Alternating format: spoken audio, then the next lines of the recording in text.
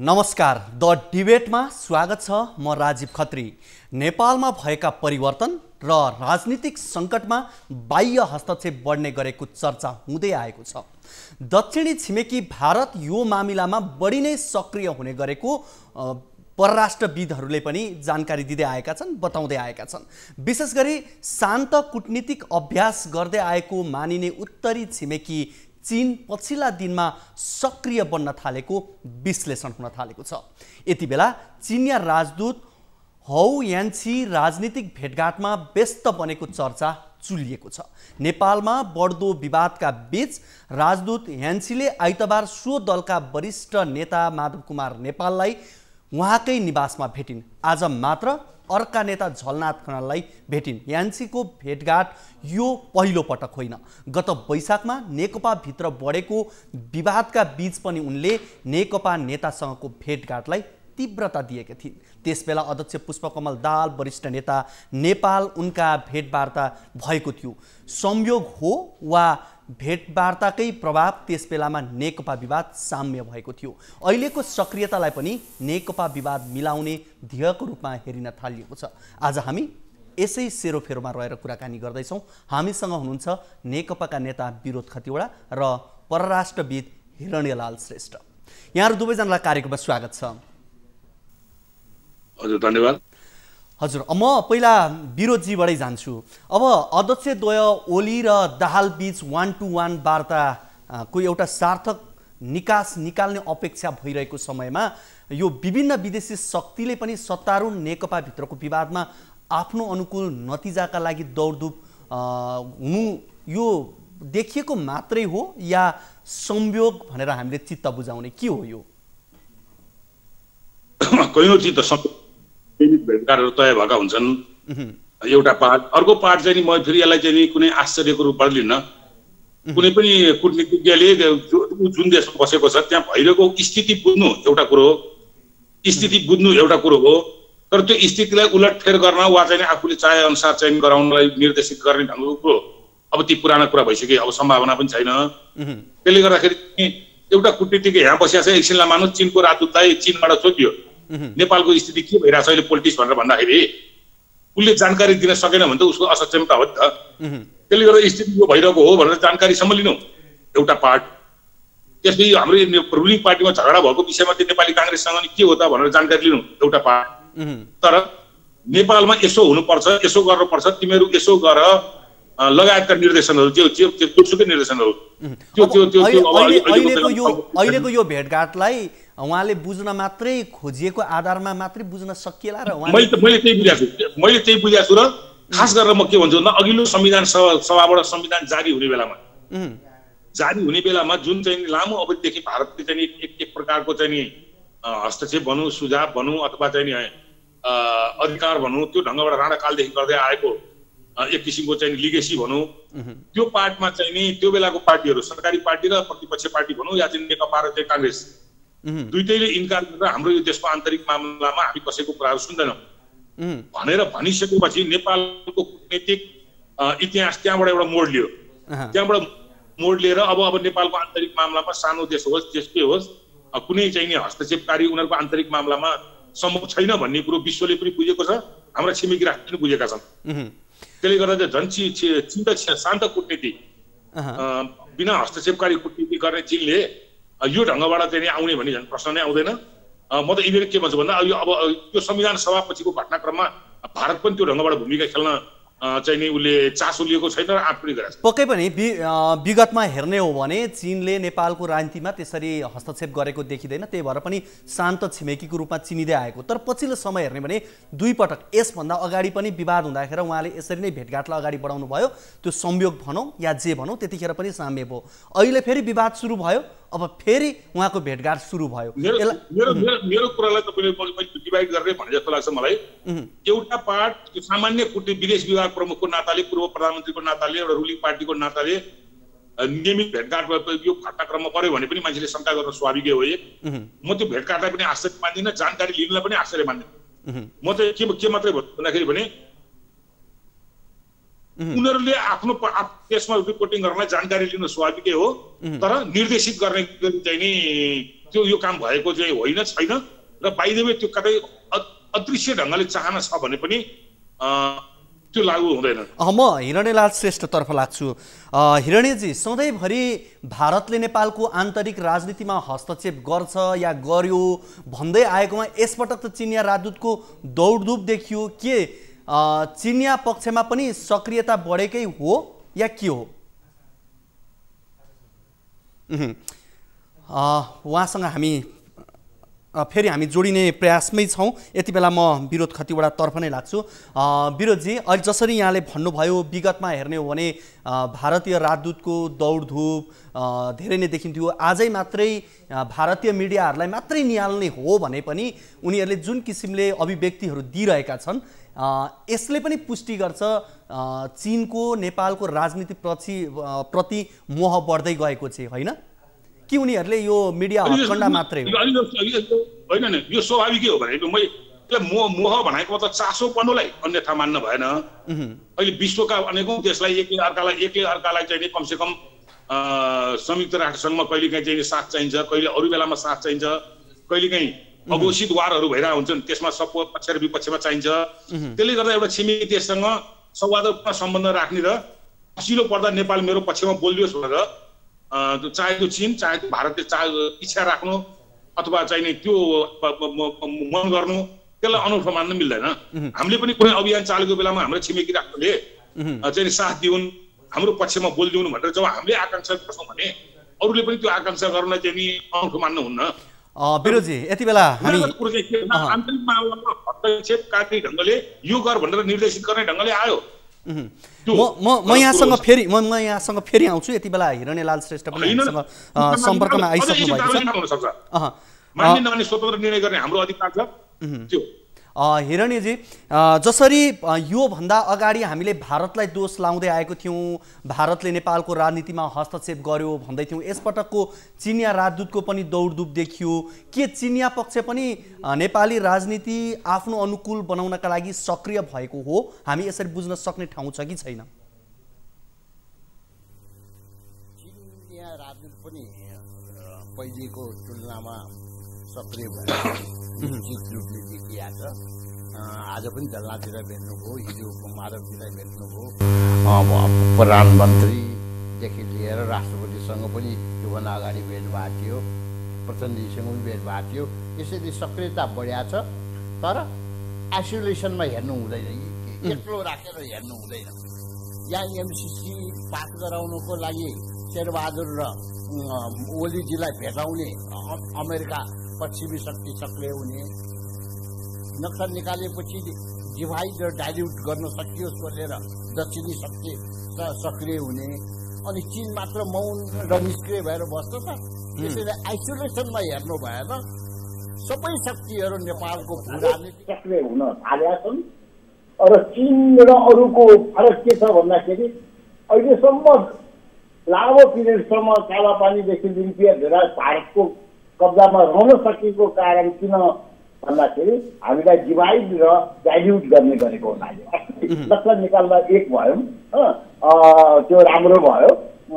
र चाहिँ अहिले एमसिसी पास गराउनलाई लागिरहेको छ, इन्डिया पनि लागिरहेको छ, चीनलाई जोस दिइरहेको छ इन्डियन मिडियाले।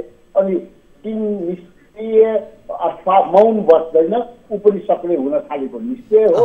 खास गरिकन दुईटा कारणले, एउटा नेपालमा स्थिरता उनीहरूले चाहन्छ, त्यो स्थिरता खलबलियो भने चीन विरोधी गतिविधि यहाँ बढ्न सजिलो हुन्छ भन्ने उनीहरूको विचार छ। अर्को दोस्रो कुरा के हो भन्दाखेरि बिआरआईको प्रतिवाद गर्नको लागि एमसिसी ल्याउँदैछ, यसैले यस्तो नहोस् भन्ने पनि उनीहरूको चाहना छ। र उसको चाहना नेपालमा पहिले पनि खम्पा विद्रोहीहरूलाई हतियार पश्चिमी शक्तिले दिएका थियो, यहाँ त्यस्तो नजोडियोस्, आइपिएसको एक्टिभिटी नबढोस् इन्डो पेसिफिकको भनेर उसको चाहिँ सक्रियता बढेको देखिन्छ। तर फरक के भन्दाखेरि अरू फुटाउन राज गर्नवाला छ, चीन चाहिँ केवल नफुट है, यहाँको सत्तारूढ पार्टी मिलेर बस्ने नेताहरू। हाम्रो चाहना स्थिरता हो, अस्थिर भयो भने फेरि खम्पा विद्रोह जस्तो चाहिँ यहाँ चीन विरोधीहरूलाई हतियार दिने, प्रभाव दिने, पैसा दिने, त्यस्तो होला भनेर अहिले सोभियत सङ्घ त्यो अन्त भएपछि कोल्ड वार खत्म भएर एक ध्रुवीय अमेरिकाको हैकमको विश्व बन्यो र अहिले चाहिँ चीन पनि रुस पनि भारत पनि ब्राजिल पनि साउथ अफ्रिका पनि ब्रिक्स कन्ट्री सक्रिय हुँदैछ। त्यसमानेमा मल्टिपोलार वर्ल्ड एक ध्रुवीय विश्वबाट बहुध्रुवीय विश्वतर्फ अगाडि गइरहेछ। यो बेला नेपाल जस्तो भू राजनीतिक महत्त्वको र एसिया प्रशान्त क्षेत्रमा कसको आफ्नो शक्तिको सञ्चय कसरी गर्ने, शक्ति आफ्नो प्रभाव कसरी मेन्टेन गर्ने, आफ्नो विरुद्ध हुन सक्ने गतिविधिलाई कसरी प्रतिवाद गर्ने, यो कुरामा तिनटै शक्तिहरू पश्चिमी शक्ति जस्तो अब अहिले योभन्दा अगाडि सधैँ पर्दा पछाडि नै रहने चीन एकाएक यो भूमिकामा किन आयो भन्ने एउटा प्रश्न त छँदैछ। विशेष गरी हेर्ने हो भने अहिले एमसीसी को विवाद, त्यसपछि भारतले पछिल्लो समय प्रधानमन्त्रीको अभिव्यक्तिलाई हेर्ने हो भने नेपालको सरकार परिवर्तनमा भारत लागि पर्यो भनेर उहाँले जुन किसिमको अभिव्यक्ति दिनुभयो त्यसका पछाडि निकै किसिमका धेरै आयामबाट टिक्का टिप्पणी भएका छन्। तर अहिलेको अवस्था हेर्दा चीनले मेरो पन्जाबाट फुत्किने अवस्था आयो भन्ने महसुस गरेको हो या उसको लागि अनुकूल समय बनेको हो? अहिले उनीहरूलाई समय त अनुकूल छ, किन भन्दाखेरि नेपाल कम्युनिस्ट पार्टीसँग उसको भाइचारा सम्बन्ध छ, नेपाल राज्यसँग उसको छिमेकीको सम्बन्ध छ। यो दुईटा छ, राज्य स्तरको सम्बन्ध र पार्टी स्तरको सम्बन्ध। यो दुईटै कुरामा खलल आउनको लागि बाह्य शक्ति लाग्न सक्छ। त्यसलाई चाहिँ त्यसैले सत्तारूढ दल नफुटोस्, देशमा नेपालमा स्थिरता र शान्ति कायम रहोस्, यसको लागि उसको भूमि उसले चाहिँ फुटाउने होइन, टुट्ने होइन, तिमीहरू मिलेर बस, देशलाई स्थिरता देऊ भनेर सल्लाह दिएको हो। योभन्दा अगाडि पनि फुट्न लागेको बेला राष्ट्रपति प्रधानमन्त्री आदिलाई भेटेर, माधवजीहरूलाई प्रचण्डजीलाई भेटेर मिलायो भने अहिले पनि उनीहरूले मिलाउनलाई कोसिस गरेको देखिन्छ। यसैले अरूले फुटाउनको लागि लाग्ने, मिलाउनको लागि लाग्ने, अरूले अस्थिरता दिने, उसले स्थिरताको लागि प्रयास गर्ने। यसैले एको अलग्गै हेर्नु हुँदैन र उद्देश्य के हो सक्रियताको, त्यसको पछाडि लक्ष्य के हो त्यो चाहिँ बुझ्नु आवश्यक छ। विरोधजी, म विरोधजीतर्फ लाग्छु। जसरी यहाँले अघि भन्नुभयो यो सक्रियता बिल्कुलै हस्तक्षेपकारी होइन भनेर यहाँले बताइसक्नु भएको छ। अब केही न केही दुई पार्टी, अहिले हिरण्यलालजीले भने जस्तै दुई पार्टीको एउटा भातृत्व सम्बन्ध छ, त्यही हिसाबले मात्रै अब यहाँको पनि अघि कुरा त्यही नै आएको थियो। यसरी हेर्दा यो सक्रियता कस्तो खालको हो? काहीँ न काहीँ सत्तासँग पनि जोडिएको होला? यसरी हेर्दा टिकाउनेमा केन्द्रित छ कि हटाउनेमा केन्द्रित देख्नुहुन्छ यहाँले? तपाईँको चाहिँ नि स्वभावैले छिमेकी मुलुकहरूमा चासो राखेर स्थिर राजनीति होस्, त्यसमा चाहिँ अघि तपाईँले भने भाइचारा सम्बन्ध हाम्रो अहिलेदेखि होइन, भूमिगत कालदेखि पञ्चायत कालमा, राजाको कालमा, अब उस्तै पनि राणा कालमा त कम्युनिस्ट पार्टीको त्यति आकार लिइसकेका थिएन।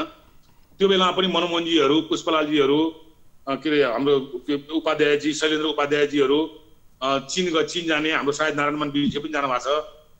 त्यो बेला भूमिगत ढङ्गबाटै चीन जाने काम पनि भएर मित्रता त्यो बेलादेखि नै थियो, अहिले मात्रै भएको होइन। त्यसैले यो भारतसँग पनि हाम्रो हिजोदेखिको यता मित्रता थियो भने भारतसँग आत्मीय सम्बन्ध थियो भने यो सम्बन्धलाई लिएर अहिलेको स्थितिलाई व्याख्या गर्न मिल्दैन। एक अर्को कुरो, कुनै पनि कम्युनिस्ट पार्टीमा विग्रह नहोस्, झगडा नहोस्, सकभर राम्रो होस् भनेर चाहना राख्नु त्यो पनि कुनै अनौठो कुरो होइन। विश्वभरिको डेमोक्रेटिक फोर्सहरूले विश्वभरि डेमोक्रेटिक सत्ता देख्न चाहन्छन्, डेमोक्रेटिक शक्तिहरू बलियो भएको देख्न चाहन्छन्, कम्युनिस्ट शक्ति बलियो भएको ठाउँमा त्यहाँ चाहिँ तहस नहस होस् भन्ने देख्न चाहन्छन्। कम्युनिस्ट शक्तिहरू अहिले विश्वभरि उहाँहरूलाई अन्त कहीँ पनि बढ्न नसकोस् भनेर चाहन्छन्। यो त्यसलाई अस्वाभाविक मान्नु, स्वाभाविकै मान्नुपर्छ। त्यसैले कम्युनिस्टपट्टि माया गर्ने शक्तिहरू, कम्युनिस्ट कन्ट्रीहरूले अरू धेरै देशमा पनि समाजवादी शासन आओस्, वामपन्थी शासन आओस् भनेर इच्छा राख्नु, त्यो पनि कुनै अपराध पनि होइन, नराम्रो कुरो पनि होइन। अब होइन, यो भन्दा अगाडि यही प्रकारको भेटघाट अहिले भारतीय दूतावासबाट भएको थियो भने अहिले जुन किसिमको भारतसँगको सम्बन्ध, जुन किसिमको टकराव देखिरहेको छ, पक्कै यो किसिमको सहानुभूति यो कुरा त आउँदैन थियो होला। यो त अहिले त यो तपाईले ठीक भन्नुभयो। अहिले चीनको राजदूत दौडदा जुन कोको होलो भएको छ, भारतीय राजदूत दौड्दाखेरि हामीले पनि कोको होलो गर्थ्यौँ। फेरि यसलाई म फेरि नचाहिने ढङ्गले बुझ्न चाहन्न। भारतीय राजदूतको दौडधुप भएको भए हामी त्यही भन्थ्यौँ, भारतीय राजदूत त्यो बेलामा दौड्यो भन्थ्यौँ। भन्ने उद्देश्य के कारणले दौड्थ्यो, के कारणले भेट्न जान्थ्यो थाहा छैन, तर बाहिर दृश्यमा आउँदाखेरि चाहिँ नि यस्तो बेलामा भेटघाट भनेपछि पक्कै केही छ भनेर एउटा खिचडी पाकिहाल्थ्यो। मैले भने योभन्दा अगाडि फेरि यो भन्ने अवसर कसले दिएको भन्दा तपाईँ हामीले नै दिएको हो। हिका राजनीतिक दलले, हिको व्यवस्थाले, चाहे त्यो अरू पञ्चायती व्यवस्था होस्, चाहे बहुदलीय व्यवस्था होस्, चाहे गणतन्त्रको व्यवस्था होस्, चाहे अहिले एक्टिभ भएका दलहरू हुन्, त्यो दिएको हिजो अहिले भन्दिनँ म, हिजो अस्ति हामीले नै दिएको हो। चन्द्रशेखरलाई ल्याएर टाक्सीबारीमा भाषण गराउने पनि हामी नै हौँ। तारो मजुमदारको पार्टीले नेपालमा पनि सहयोग गर्दैछ भन्ने चाहना राख्ने पनि हामी नै हौँ।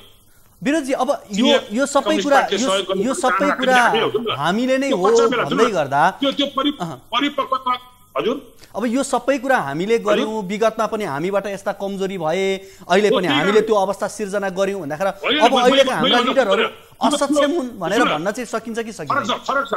पञ्चायती निरङ्कुशताको पेलाइमा परेको बेलामा विश्वव्यापी स्थापित मान्यता डेमोक्रेसीको लागि, बहुदलीय व्यवस्थाको लागि, विचार स्वतन्त्रताको लागि पाउँदाखेरि जोसुकैको सहयोग खोज्नु त्यो स्वाभाविकै कुरो थियो।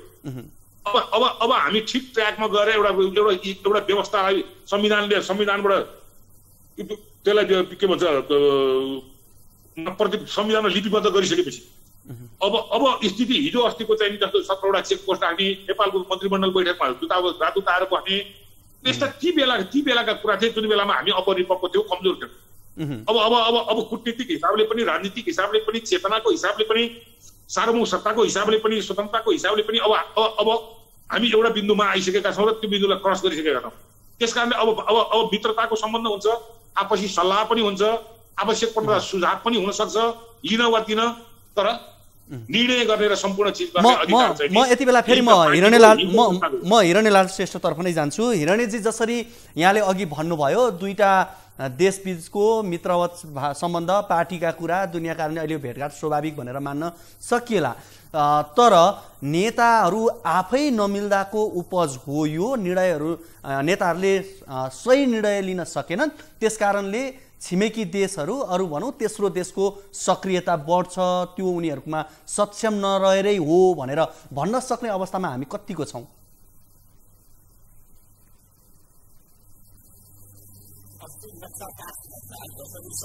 एक भयो, एक सर्वसम्मतिबाट पास भयो। त्यसले गर्दाखेरि बाह्य दक्षिणी शक्ति जसले डिभाइड र डाइल्युट गर्ने विषयलाई चाहिँ नि लम्ब्याउने, डिभाइड गरेर, अब चीनले त्यस्तो चाहेको छैन। चीनले चाहिँ नि सबै मिलेर बस्नुहोस्, नेपाललाई स्थिर बनाउनुहोस्, शान्त बनाउनुहोस् भनेको छ। यसरी के को लागि भेट्यो, अब्जेक्टिभ के हो, त्यसको उद्देश्य के हो, त्यसबाट हेर्नुपर्छ। एक दोस्रो कुरो के छ भन्दाखेरि अघि पनि मैले भने सोभियत सङ्घ विघटनपछि एक ध्रुवीय विश्व अमेरिका पावरफुल भएर आयो। अहिले चाहिँ भारत, चीन, ब्राजिल, दक्षिण अफ्रिका, रुस र बहुत विश्व अहिले विकास हुँदैछ। यसमा त हामी चाहन्छौँ भारत र यो गलवान भ्यालीमा चीनको मुठभेड भयो, तर चीनले भारतसँग पनि वार्ता गर्ने अहिले टेन्सहरू पनि केही हटाएको छ र चाहिँ नि यथास्थिति नै कायम राख्ने त्यहाँ भनेको छ। यसैले हामी त चाहन्छौँ कि नेपाल पनि स्थिर हो, एसिया पनि यो शक्तिहरू द्वन्द्वमा यहाँ चाहिँ भारत र चीनलाई जुझाउन चाहन्छ, त्यो दुवै नहोस् भन्ने चाहन्छ र यो 21औं शताब्दी एसियाको शताब्दी बनाउनु पर्छ। यसको लागि चाहिँ हामी दुवैसँग राम्रो सम्बन्ध छिमेकीसँग राख्न चाहन्छौँ। उनीहरूको द्वन्द्व भएको बेलामा हामी न्युट्रल बस्छौँ, असंलग्न बस्छौँ। हामीले लिम्पिया लिपुलेखबाट भारतीय फौज फर्काउनु पर्ने कारण पनि के हो भन्दाखेरि मिलिटरी बेस, सैनिक अखडा बनाउनलाई एउटा देशको विरुद्ध, छिमेकीको विरुद्ध हुन्न भनेरै हो। अब को विरोध गरेको पनि यहाँ चाहिँ नि द्वन्द अन्तर्राष्ट्रिय यहाँ निम्तिन्छ, प्रवेश गर्छ भनेर हो। यसैले हामीले छिमेकीको नाताले उसँग राम्रो सम्बन्ध राख्नुपर्ने र उसले हामीलाई शान्ति र स्थिरताको लागि सहयोग गर्छ भने त्यसलाई नकारात्मक रूपमा लिनु हुँदैन। हिरणीजी, जसरी आजकै भारतको अखबारहरूमा हेर्ने हो भने त्यसमा पनि अझ विशेष गरी हिन्दुस्तान टाइम्सले लेखेको आजको संस्करणमा हेर्ने हो भने नेपालमा चीनमाथि भारी पर्नेछ भारतको कूटनीति भन्ने आशय शीर्षकमा समाचार प्रकाशन भयो, जसमा नेपालको पछिल्लो राजनीतिक घटनाक्रम र चिनिया राजदूतको सक्रियतालाई नै उसले सूक्ष्म रूपमा भारतले हेरिरहेको भनेर चर्चा गरेको छ। अब भारतले नेपालमा चाहेर पनि आफ्नो भूमिका कम भएको महसुस गर्न थालेको हो, हामीले यसरी बुझ्न सक्छौँ भारतको सन्दर्भमा? अवश्य त्यो आफ्नै कामले। पहिले मोदीजी पहिलोचोटि नेपाल आउँदाखेरि संसदमा जसरी बोल्यो, बाहिर जसरी बोल्यो, हाई हाई भएको थियो। तर जब नाकाबन्दी लगायो, त्यो पनि भूकम्प भएको बेला, त्यो बेला चाहिँ नेपालीहरूले यो नाकाबन्दीको प्रतिरोध गर्यो र चाहिँ एकचोटि अनि चीनमा गएर मोदीजी लाई नै मैले भने कि ट्रान्सपोर्ट र ट्रान्जिट एग्रिमेन्ट नेपाल र चीनको बिच हुनुमा पहिलो क्रेडिट मोदीलाई जान्छ। किन भन्दाखेरि 21औं शताब्दी नसुहाउँदो रफ त्यो नाकाबन्दीको डिप्लोमेसी गर्यो। त्यसले गर्दाखेरि हामीलाई चीनसँग सहयोग सम्झौता गर्नुपर्ने भयो। अब त अस्ति फेरि नाकाबन्दी लाउने हल्ला चलेपछि चीनले नबोलिकन काम गर्छ। हेर, 2टा ट्रेन सियान र अर्को 2 ठाउँबाट ब्यानर राखेर नेपालमा जाने सामान जाने रेल भनेर पठायो। त्यो चाहिँ सपोर्ट हो। चाइनिज आर्मीको एयरफोर्सको प्लेन आएर यहाँको आर्मीलाई चाहिँ स्वास्थ्य सामग्रीहरू दिन ल्यायो। अरू प्लेनले ल्याएको भए पनि हुन्थ्यो नि। त्यो त सिम्बोलिकल्ली नेपाललाई सपोर्ट उनीहरूले दिन खोजेकै छ, दिएकै छ। यसैले यसले गर्दाखेरि कूटनीतिक रूपमा नेपाललाई बाह्य दबावलाई प्रतिकार गर्नको लागि यहाँ फुटाउन खोज्ने, राज गर्न खोज्ने हामीलाई त्यसका विरुद्ध एकताको पक्षमा जसले सहयोग गर्छ त्यसलाई चाहिँ नकारात्मक रूपमा इन्डियाको आँखाले चीनलाई हेर्नु भएन। नेपालको छिमेकी, नेपालमा स्थिरता चाहने शक्तिको रूपमा त्यसलाई चाहिँ हेर्नुपर्छ। पिरोजी, म पिरोजीतर्फ जान्छु। म यही जिज्ञासा यहाँसम्म पनि राखेँ। अहिले पछिल्लो समय भारतको सक्रियता उसले आफूले सोचे जस्तो अहिलेको आफ्नो अनुकूल नभएको चाहिँ भारतले महसुस गर्न थालेको हो र यसको अब उसले दिन सक्ने स्वरूप, यसका लागि अब गर्न सक्ने उसले प्रयासहरू के देख्नु भएको छ यहाँले? यो त सबैले बुझेको कुरा हो। भारतको यो पल्टको यो अहिलेको स्थितिमा सक्रियता कमै भएको। यदि सक्रियता अरू सामान्य बेला हुन्थ्यो भने भारतीय राजदूतले पनि नेपालको पोलिटिक्समा के भइरहेको रुलिङ पार्टी भनेर 4 चोटि भेटिसक्यो होला। तर फेरि यही बीचमा प्रधानमन्त्रीले यही बीचमा सत्ता परिवर्तनका लागि भारत प्रयासरत छ भनेर भन्नुको आशय चाहिँ के त? त्यसो भए यो बेकारको, यस्ता कुरा चाहिँ बेकारको कुरा हो। नक्साको कारणले गर्दा भारतले अलिकति चासो राख्नु स्वाभाविक हो। उसले नक्सा प्रकाशित गरेपछि हामीले चासो राख्यौँ भने उसले चासो राख्नु अनौठो कुरो होइन। तर भारतले पहिलेदेखि नै चाहिँ एक किसिमको ठुलो दायित्व जुन एउटा दम्ब राखेर हिसाब राखेर त्यो नेपालप्रति दृष्टिकोण राख्थ्यो र हामीले अलिअलि इसारा गरेपछि नेपाल चल्छ भन्ने जुन मान्यता थियो र नेपाली राजनीतिमा पनि भारतको आशीर्वाद नपाइकन पार्टी सरकार बन्दैन भन्ने जुन हिसाब थियो त्यो चाहिँ अब क्रस गरिसक्यो। एक अर्को कुरो मेरो कुरा सुन्नुहोस्, बहुमत आएपछि नेकपाको संसदीय दल ठुलो भयो। यति बेला म हिरणीलाल श्रेष्ठतर्फ नै लाग्छु। श्रेष्ठज्यू, जसरी एमसीसी सम्झौता अन्यलमा परिरहेको अवस्थामा र चीनको भूमिका बढिरहेको अवस्थामा अमेरिकाले पनि नेपालमा पछिल्लो समय बढ्दो राजनीतिक गतिरोधलाई चासोको साथ हेरिएको भनेर भनिएको छ र कहीँ न कतै एमसीसी नेपाल र भारत पनि जोडिएको विषय पनि बन्यो। यसकारणले यहाँले अमेरिकाको नेपालप्रतिको पछिल्लो अवस्था उसले जुन भागबाट हेर्न खोजेको छ त्यसलाई यहाँले कसरी हेर्नु भएको छ?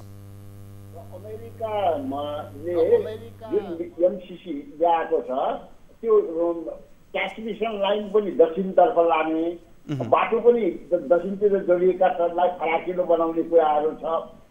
दक्षिणमुखी विकास भारतकै पूर्व स्वीकृति चाहिने यस्तो सहर पनि राखेको छ। भारत र अमेरिका मिलेर चीनलाई घेराउ गर्ने, त्यो चाहिँ बीआरआईलाई काउन्टर गर्ने, बेल्ट एन्ड रोड इनिसिएटिभलाई, त्यो चाहिँ प्रष्टै देखिन्छ। त्यसैले चीन चाहिँ अहिले मौन निष्क्रिय बस्न नसकेको कारण पनि यो भारत र अमेरिकाको ज्वाइन्ट या चाहिँ चालबाजीहरू खेलहरू चल्दैछ। यसैले त्यसबाट प्रभावित नहोस् भनेर पहिले पनि खम्पा विद्रोहलाई अमेरिकाले हतियार दिएको, दलाल लामालाई निर्वासित सरकार धर्मशालामा बनाउन दिएको, त्यो बस्ती दिएको हुनाले उनीहरू त्यस्तोतिर नजोडियोस् भनेर बढी चिन सतर्क भएर पनि यो अहिले सक्रिय हुन थालेको बुझिन्छ। अब अहिले यो जुन किसिमको विवाद सतहमा आएको छ र जुन किसिमको विभिन्न देशको सक्रियता देखिएको छ, यसलाई हेर्दा पार्टीभित्रकै आन्तरिक विवाद मात्रै हो भनेर हामीले बुझ्न कतिको बिल्ला?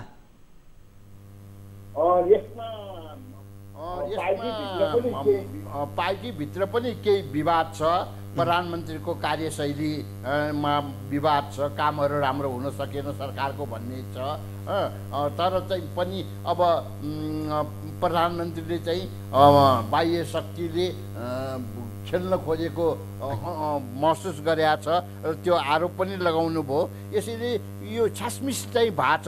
बाह्य शक्ति आन्तरिक राजनीति र बाह्य राजनीति गाँसिन केही हदसम्म गएको छ।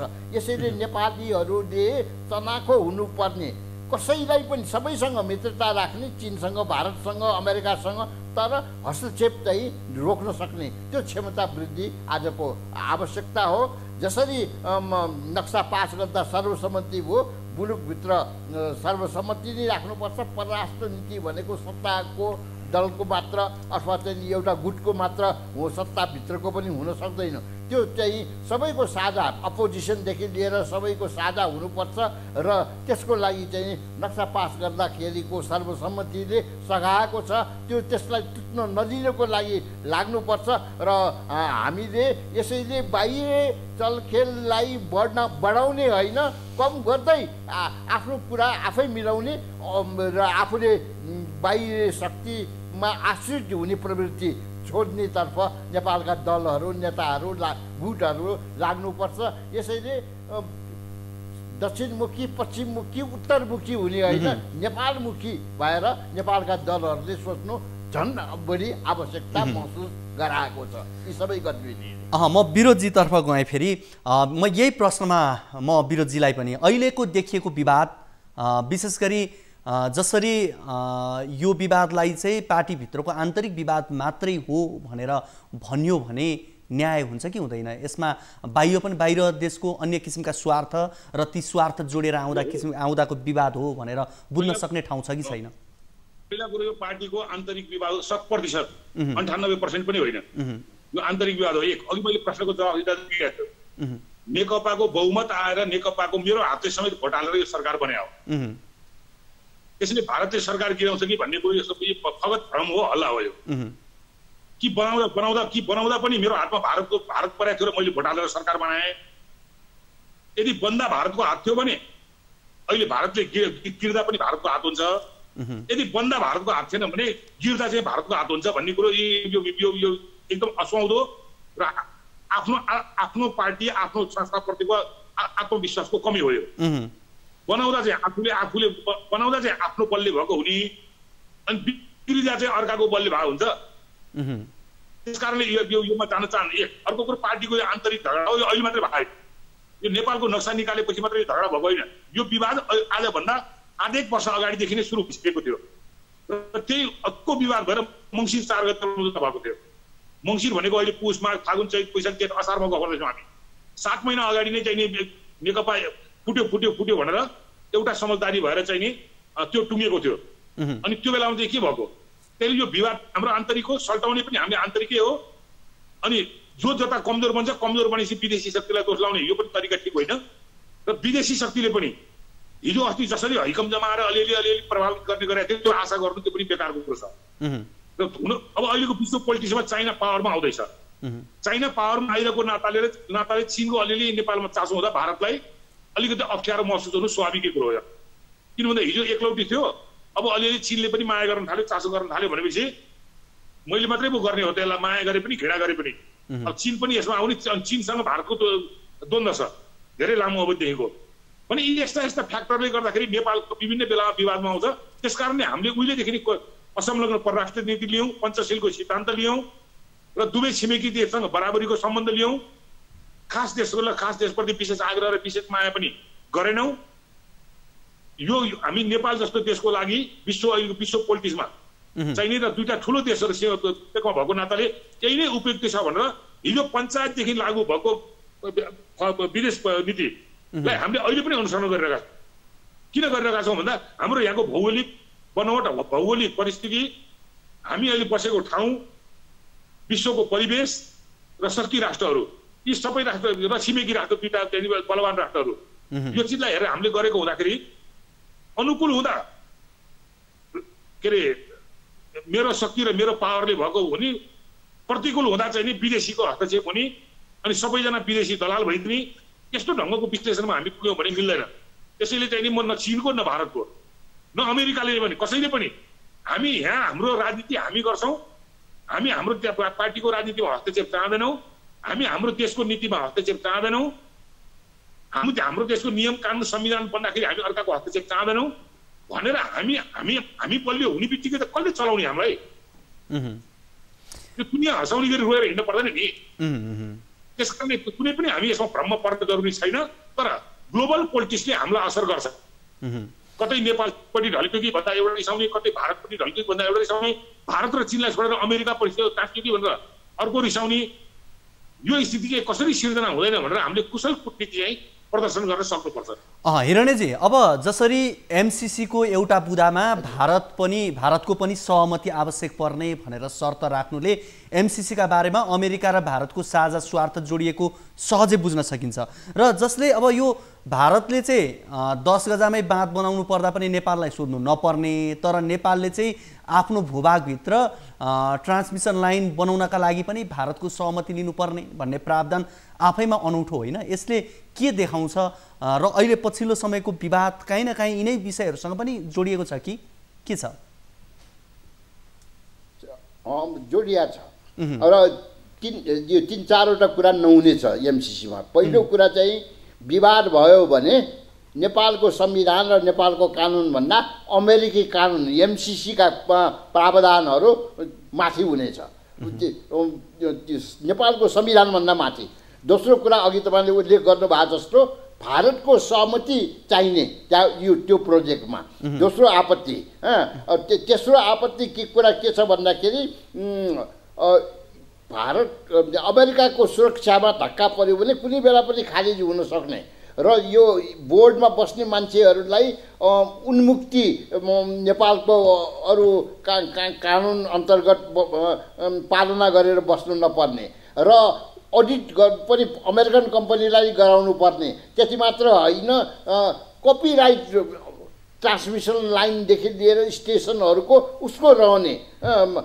यसैले यो दूरगामी रूपले अमेरिका र भारतप्रति आश्रित रहनुपर्ने र सुरक्षाको इम्प्लिकेसन पनि हुने।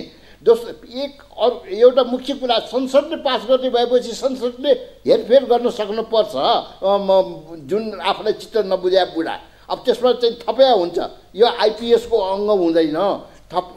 यस्तै कुराहरू अधिकार दिनुपर्छ। आइडिटी पास गर्न चाहिँ कुनै हालतमा देशको स्वाधीनताको पक्षमा हुँदैन र यो कुरामा यो BRI बेल्ट एन्ड रोड इनिसिएटिभलाई काउन्टर गर्नलाई, चीनको विरुद्ध भारत र अमेरिकाको साँठगाँठ बढाउनलाई पहिले जस्तो खम्पा विद्रोह जस्तै दलाई लामाको जन्मदिन पनि यहाँ हिजो अस्ति मनाएछन् नेपालभित्र पनि र चाहिँ दलाई लामाको हेडक्वार्टर एक्जाइल गभर्मेन्टको धर्मशाला भारतमै छ भन्दाखेरि हिमाचल प्रदेशमा। मलाई यी सबै गतिविधिले गर्दाखेरि पश्चिम र दक्षिण चाहिँ नजिकिँदै गएको छ र उत्तर हाम्रो छिमेकीका विरुद्धको गठबन्धन भयो हुनाले नेपालले यो चाहिँ एमसीसीमा लागेर 7 समुद्र पारीको शक्तिलाई आफ्नो मान्ने, आफ्नै छिमेकीका विरुद्ध उत्तरकासँग लाग्ने हुँदैन। छिमेकी भनेको साट्न सकिँदैन, साथी भनेको साट्न सकिन्छ। जो राम्रो छ त्यसलाई हामीले नजिक हुने हो। यसैले चाहिँ चीनका विरुद्ध सुरक्षा मामिलामा समेत तानिन जानिने गाँसिन जाने भएको हुनाले एमसिसीलाई हामीले स्वीकार्नु हुँदैन र चिनिया गतिविधि बढ्नुको एउटा अप्रत्यक्ष कारण यो पनि हुनसक्छ भन्ने तपाईँको प्रश्नमा निहित रहेको आशय सही छ। हिरणीजी, हामी करिब अब अन्तिममा छु। म एउटै जिज्ञासा यहाँहरू दुवैसँग राख्छु। विशेष गरी अहिले चीनको सक्रियता बढ्यो, यसलाई यो सक्रियता सकारात्मक तरिकाले छ या नकारात्मक तरिकाले छ भन्ने कुरा फरक हुन सक्ला। यहाँले सुरुदेखि नै भन्नुभयो सक्रियता कुन किसिमको हो त्यसबाट नै हामीले बुझ्नुपर्छ, त्यो पक्कै हो। तर यति भन्दै गर्दा पनि विशेष गरी शक्ति सम्पन्न राष्ट्रहरूको सक्रियता कम हुन दिनका लागि नेपाली नेताहरूले आफ्नो विवेकले काम गर्नु, आफ्नो क्षमताको प्रयोग गर्नु कतिको आवश्यक देख्नुहुन्छ र अहिलेको मिलनबिन्दु यहाँले के देख्नुहुन्छ अबको? अब भारतमा पनि अरू देशमा पनि छ चलन, प्रधानमन्त्रीको अध्यक्षतामा सर्वदलीय परराष्ट्र परामर्श समिति हुन्छ।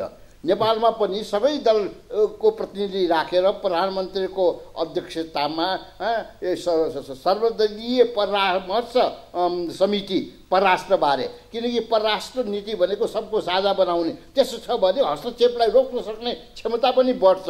यसैले सबभन्दा आवश्यकता भनेको सर्वदलीय एकता, परराष्ट्र मामिला भनेको त्यसमा एकजुट भएर सबैको साझा विषय बनाएर अगाडि बढ्नुपर्छ र जसले गर्दाखेरि उत्तर दक्षिण पश्चिम सबैलाई चाहिँ फ्रेन्डसिप गर्ने तर चम्चा हुनु नपर्ने। अघि पनि मैले भने हामी दक्षिणमुखी पश्चिममुखी अथवा उत्तरमुखी हुने होइन, नेपालमुखी भएर अगाडि बढ्न सक्नुको लागि मैले सर्वदलीय परामर्श समिति परराष्ट्र बारेमा गठन गर्नु आवश्यकता देखाएको छु। त्यसरी जान सक्यो भने बाह्य प्रभाव चलखेललाई हामी रोक्दै जान सक्छौँ। म विरोधजीतर्फ यही जिज्ञासा मैले विरोधजीलाई पनि राखेँ। अन्त्यमा हामी एकदम थोरै समय छ। शक्ति राष्ट्रहरूले माया गर्यो भने हामी होसियार हुनुपर्छ। किन होसियार हुनुपर्छ भन्नुहुन्छ भने शक्ति राष्ट्रहरूले सकभर चाहिँ आफ्नै पक्षमा बोलिदियोस्, सधैँ मागिरहोस्, सधैँ आफ्नो भनेको कुरो सुनिदिनुहोस्, आफ्नो रायसँग विश्वव्यापी रायमा आफ्नो पक्षमा उभिदियोस्, यो चाहना गर्छन्। हामी जस्तो राष्ट्र जो छिल्ला मानौँ कमजोर राष्ट्र छौँ, हामी यसमा अति होसियार हो। गैँडाले चाट्यो भने पनि चाहिँ त्यो माया गरेर चाट्यो भने छाला जान्छ हाम्रो। धृतराष्ट्रले भीमसेनलाई माया गर्छु भनेर अँगालो हालेको थियो, ढाड बाँधेको थियो। त्यसकारण शक्ति राष्ट्रहरूसँग हामीले त्यसले पहिले भनेको समदूरी समसामिप्यता, यो चिजमा हामी होसियार हुन सकेनौँ भने उनीहरूको चाहना भनेको त धेरैभन्दा धेरै राष्ट्रहरू चाहिँ आफ्नो लबीमा आइदियोस्। यो चाहना जोसुकैले राख्नु, उनीहरूको चाहना राख्नु त्यसलाई आलोचना गर्नु पर्दैन। हामी चाहिँ कहाँ उभिन्छौँ भन्ने कुरो चाहिँ हामी होसियार हुनुपर्छ। त्यसैले कसैले के पिइहाल्यो भन्दा खाइहाल्ने, कसैले चाटिहाल्यो भन्दैमा चाहिँ मलाई माया गर्यो भन्ने ठान्ने, कसैले अँगालो हाल्यो भन्दैमा चाहिँ अत्यन्त प्रेम छ भन्ने सोच्नु भएन। किन भन्दा त्यहाँ धृतराष्ट्र भएर आएका पनि हुन सक्छन्, गैँडा स्टाइलको माया पनि हुनसक्छ र दिएको दानमा चाहिँ नि दासत्व खोजिया पनि हुनसक्छ।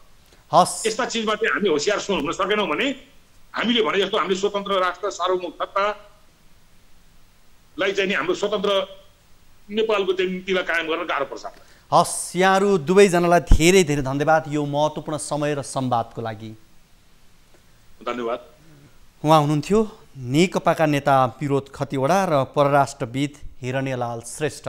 उहाँहरूसँग हामीले विशेष गरी नेपालको पछिल्लो राजनीतिक अवस्था र विशेष गरी विदेशी शक्ति राष्ट्रहरूको सक्रियताको सन्दर्भमा रहेर कुराकानी गऱ्यौँ। आजको द डिबेटको निर्धारित समय सकिएको छ। हवस् त, नमस्ते।